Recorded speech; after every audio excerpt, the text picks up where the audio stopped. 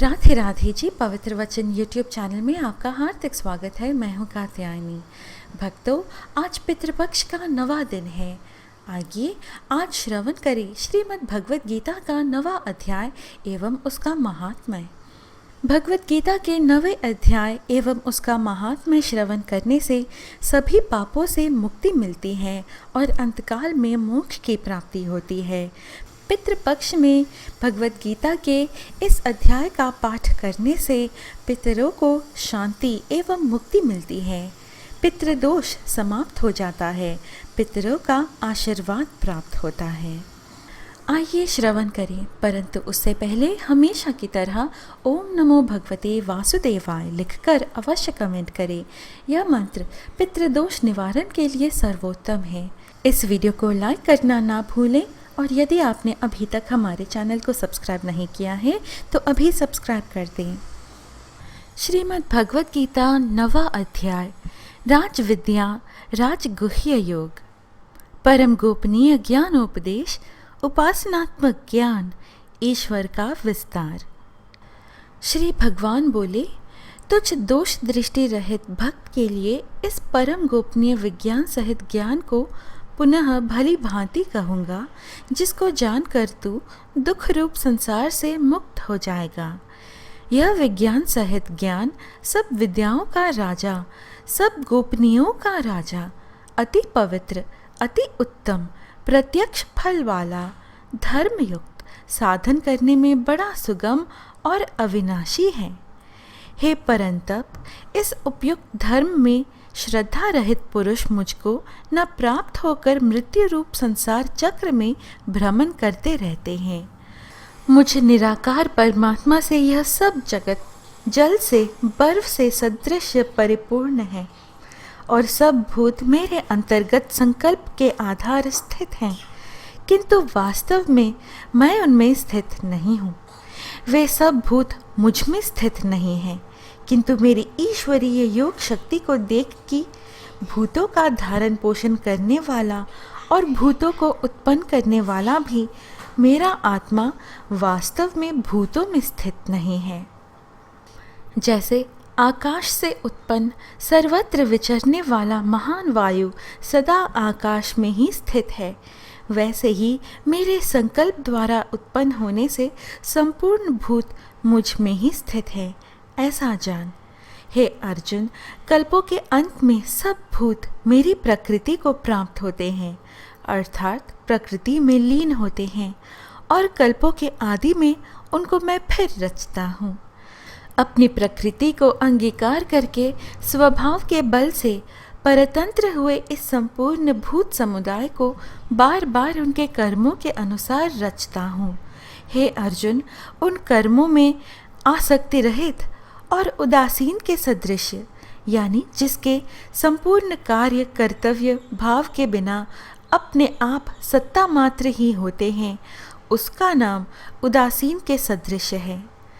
वैसे स्थित मुझ परमात्मा को वे कर्म नहीं बांधते।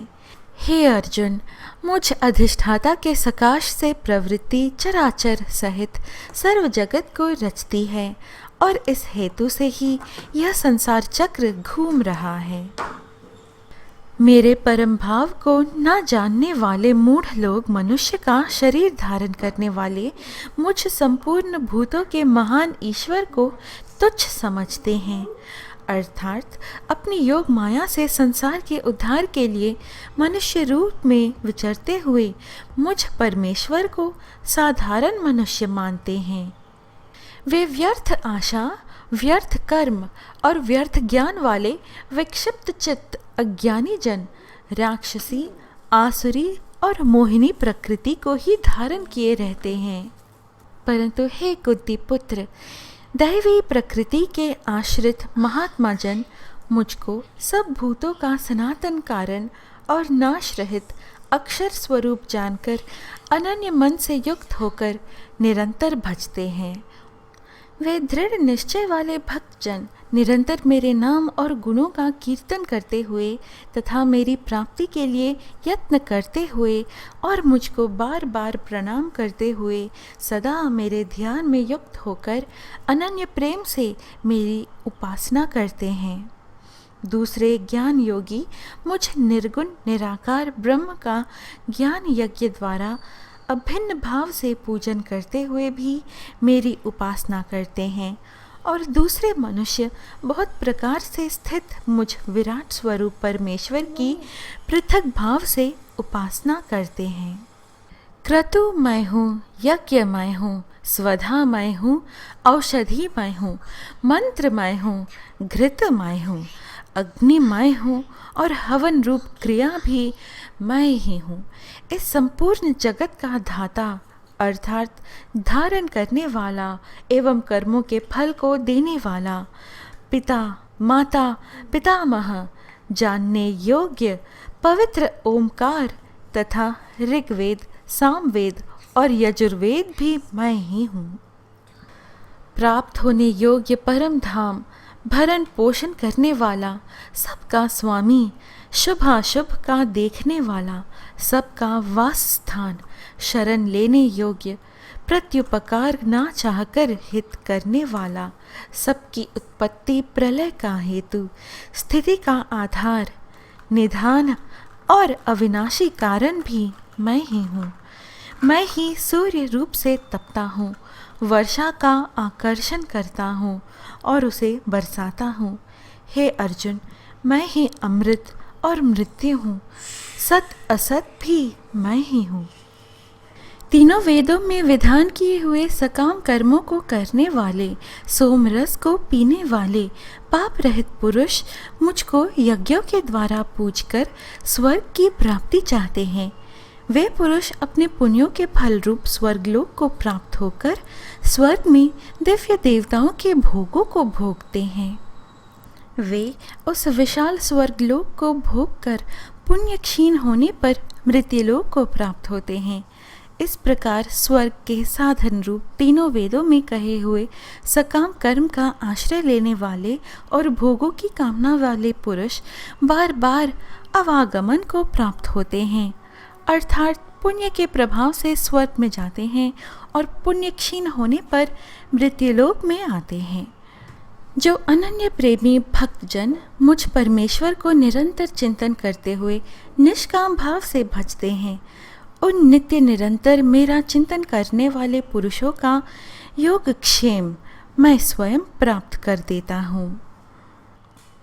हे अर्जुन, यद्यपि श्रद्धा से युक्त जो सकाम भक्त दूसरे देवताओं को पूजते हैं, वे भी मुझको ही पूजते हैं, किंतु उनका वह पूजन अविधिपूर्वक अर्थात अज्ञान पूर्वक है, क्योंकि संपूर्ण यज्ञों का भोक्ता और स्वामी भी मैं ही हूँ, परंतु वे मुझ परमेश्वर को तत्व से नहीं जानते, इसी से गिरते हैं अर्थात पुनर्जन्म को प्राप्त होते हैं। देवताओं को पूजने वाले देवताओं को प्राप्त होते हैं, पितरों को पूजने वाले पितरों को प्राप्त होते हैं और भूतों को पूजने वाले भूतों को प्राप्त होते हैं, और मेरा पूजन करने वाले भक्त मुझको ही प्राप्त होते हैं। इसलिए मेरे भक्तों का पुनर्जन्म नहीं होता। जो कोई भक्त मेरे लिए प्रेम से पत्र, पुष्प, फल, जल आदि अर्पण करता है, उस शुद्ध बुद्धि निष्काम प्रेमी भक्त का प्रेम पूर्वक अर्पण किया हुआ वह पत्र पुष्प आदि मैं सघन रूप से प्रकट होकर प्रीति सहित खाता हूँ। हे अर्जुन, तू जो कर्म करता है, जो खाता है, जो हवन करता है, जो दान देता है और जो तप करता है, वह सब मेरे अर्पण कर। इस प्रकार जिसमें समस्त कर्म मुझ भगवान के अर्पण होते हैं, ऐसे संन्यास योग से युक्त चित्त वाला तू शुभाशुभ फल रूप कर्म बंधन से मुक्त हो जाएगा और उनसे मुक्त होकर मुझको ही प्राप्त होगा। मैं सब भूतों में संभाव से व्यापक हूँ, ना कोई मेरा अप्रिय है और ना प्रिय है, परंतु जो भक्त मुझको प्रेम से भजते हैं वे मुझ में हैं और मैं भी उनमें प्रत्यक्ष प्रकट हूँ। यदि कोई अतिशय दुराचारी भी अनन्य भाव से मेरा भक्त होकर मुझको भजता है तो वह साधु ही मानने योग्य है, क्योंकि वह यथार्थ निश्चय वाला है, अर्थात उसने भली भांति निश्चय कर लिया है कि परमेश्वर के भजन के समान अन्य कुछ भी नहीं है। वह शीघ्र ही धर्मात्मा हो जाता है और सदा रहने वाली परम शांति को प्राप्त होता है। हे अर्जुन, तू निश्चय पूर्वक सत्य जान कि मेरा भक्त नष्ट नहीं होता। हे अर्जुन, स्त्री, वैश्य, शूद्र तथा पाप योनि चांडाल आदि जो कोई भी हो, वे भी मेरे शरण होकर परम गति को ही प्राप्त होते हैं। फिर इसमें कहना ही क्या है। जो पुण्यशील ब्राह्मण था, राजर्षि भक्तजन मेरी शरण होकर परम गति को प्राप्त होते हैं। इसलिए तू सुख रहित और क्षणभंगुर इस मनुष्य शरीर को प्राप्त होकर निरंतर मेरा ही भजन कर। मुझ में मन वाला हो, मेरा भक्त बन, मेरा पूजन करने वाला हो, मुझको प्रणाम कर। इस प्रकार आत्मा को मुझ में नियुक्त करके मेरे परायण होकर तुम मुझको ही प्राप्त होगा। इस प्रकार श्रीमद् भगवद गीता में श्री कृष्ण अर्जुन संवाद में ब्रह्म विद्या योग शास्त्र के बारे में राजविद्या राजगुह्य योग नामक 9वां अध्याय संपूर्ण होता है। भक्तों, यह है श्रीमद् भगवद गीता का 9वां अध्याय। आइए अब इसकी महात्म्य कथा सुने। श्रीमद् भगवद गीता के 9वें अध्याय का महात्म्य। महादेव जी कहते हैं, हे पार्वती, अब मैं आदरपूर्वक 9वें अध्याय के महात्म्य का वर्णन करूंगा। आप स्थिर होकर सुने। नर्मदा के तट पर माहिष्मति नाम की एक नगरी है।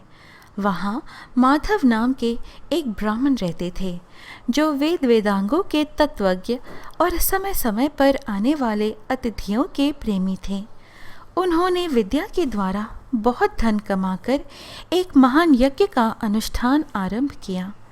उस यज्ञ में बलि देने के लिए एक बकरा मंगाया गया।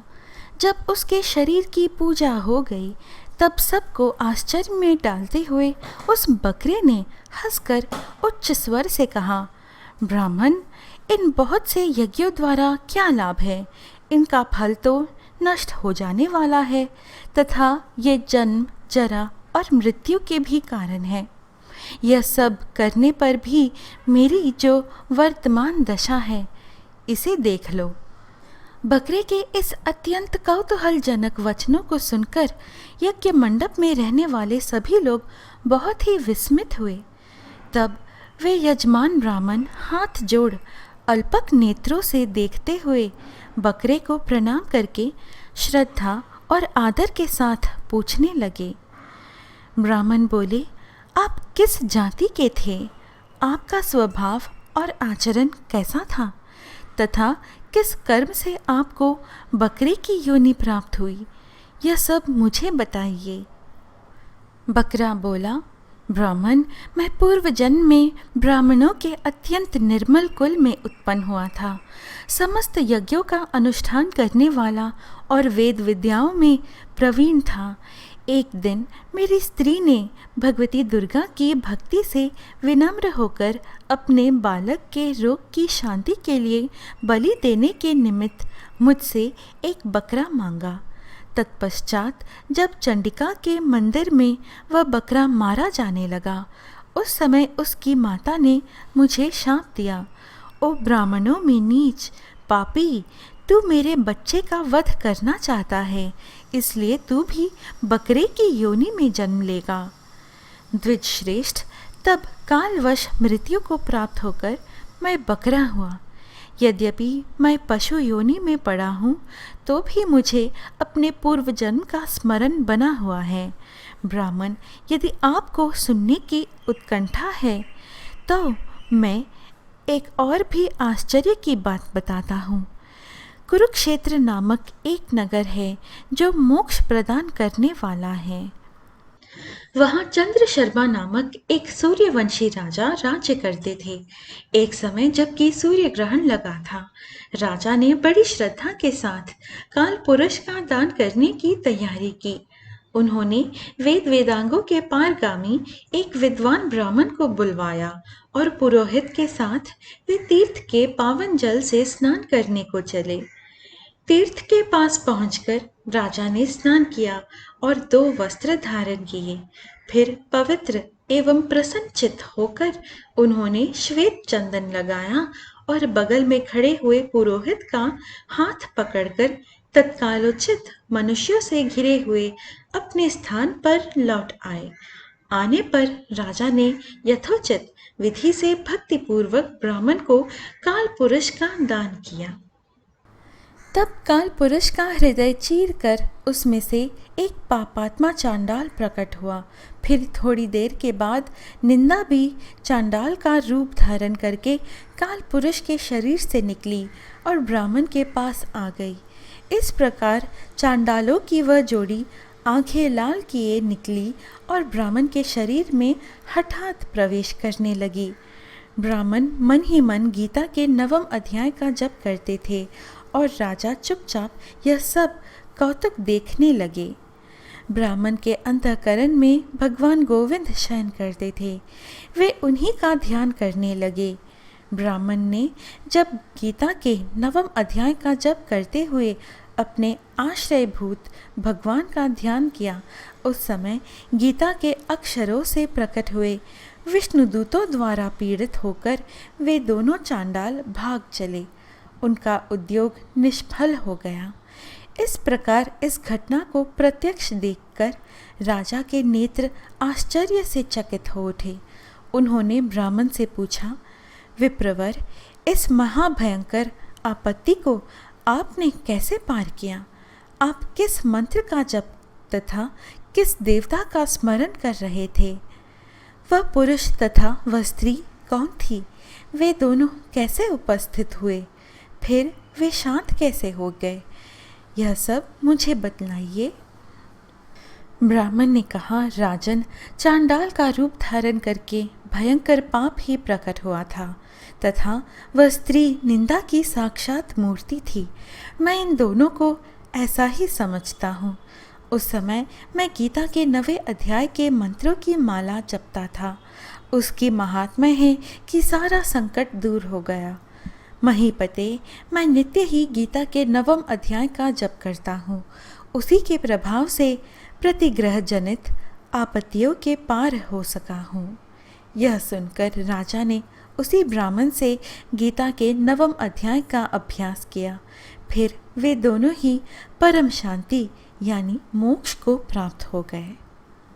यह कथा सुनकर ब्राह्मण ने बकरे को बंधन से मुक्त कर दिया और गीता के 9वें अध्याय के अभ्यास से परम गति को प्राप्त किया। इस प्रकार भगवत गीता के 9वें अध्याय की महात्म्य कथा संपूर्ण होती है। भक्तों, यह थी महात्म्य कथा। आशा है आपको आज की हमारी यह प्रस्तुति अच्छी लगी। इस प्रकार के और आध्यात्मिक वीडियोस पाने के लिए कृपया हमारे YouTube चैनल पवित्र वचन को सब्सक्राइब करें। फिर मिलेंगे अगली वीडियो में। जय श्री कृष्ण। राधे राधे।